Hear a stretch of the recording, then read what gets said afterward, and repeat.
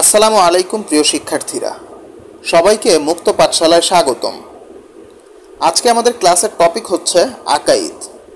এই ভিডিওতে আমি আপনাদেরকে ষষ্ঠ শ্রেণীর ইসলাম শিক্ষা বইয়ের প্রথম অধ্যায় অর্থাৎ আকাইদ যে অধ্যায়টি রয়েছে সে অধ্যায়ের কাজগুলো কিভাবে করবেন এবং এর সমাধান করে দেখাবো। চলুন তাহলে দেখে নেই প্রথমে কোন কাজটি দেওয়া আছে। এখানে দেখতে পাচ্ছেন যে কাজ 1, আকাইদের মৌলিক বিষয়গুলোর একটি তালিকা তৈরি করো। এই কাজটার সমাধান আমি আপনাদেরকে করে দেখাবো। পাশাপাশি একটু জেনে রাখুন, আকাইদ এর আরবি উচ্চারণ হচ্ছে আকিদাতুন, আর এর অর্থ হচ্ছে বিশ্বাস। এবং এই কাজগুলো করার আগে এর উপরে এবং নিচে যে লেখাগুলো দেওয়া আছে এই লেখাগুলো অবশ্যই একটু ভালোভাবে রিডিং করে নেবেন, তাহলে আপনাদের জন্য কাজগুলো করতে আরও বেশি সুবিধা হবে। চলুন তাহলে আমরা এর সমাধানটা দেখে নেই।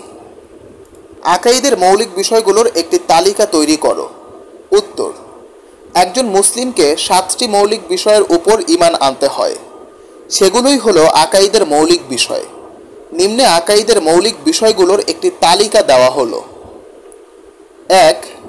আল্লাহর প্রতি বিশ্বাস। 2. ফেরেশতাগণের প্রতি বিশ্বাস। 3. আসমানি কিতাবসমূহের প্রতি বিশ্বাস। আসমানি কিতাব যেমন তাওরাত, জাবুর, ইনজিল, কুরআন। 4. নবী রাসূলগণের প্রতি বিশ্বাস। 5. আখিরাতের প্রতি বিশ্বাস। 6. তাকদীর বা ভাগ্যের প্রতি বিশ্বাস। 7. পুনর্জীবন অর্থাৎ মৃত্যুর পরে যে পুনরুত্থান রয়েছে সেই পুনর্জীবনের প্রতি বিশ্বাস।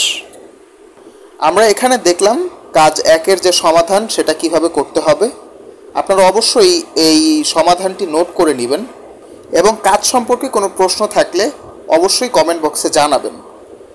পরবর্তী ক্লাসগুলোতে আমরা দেখব পরবর্তী যে কাজগুলো দেওয়া আছে সেগুলোর সমাধান কিভাবে করতে হয়। আর এই অধ্যায়ের বাকি কাজগুলোর সমাধান সবার আগে পাওয়ার জন্য আমাদের মুক্ত পাঠশালা চ্যানেলটিকে সাবস্ক্রাইব করে রাখতে পারেন। সবাইকে আবারও ধন্যবাদ।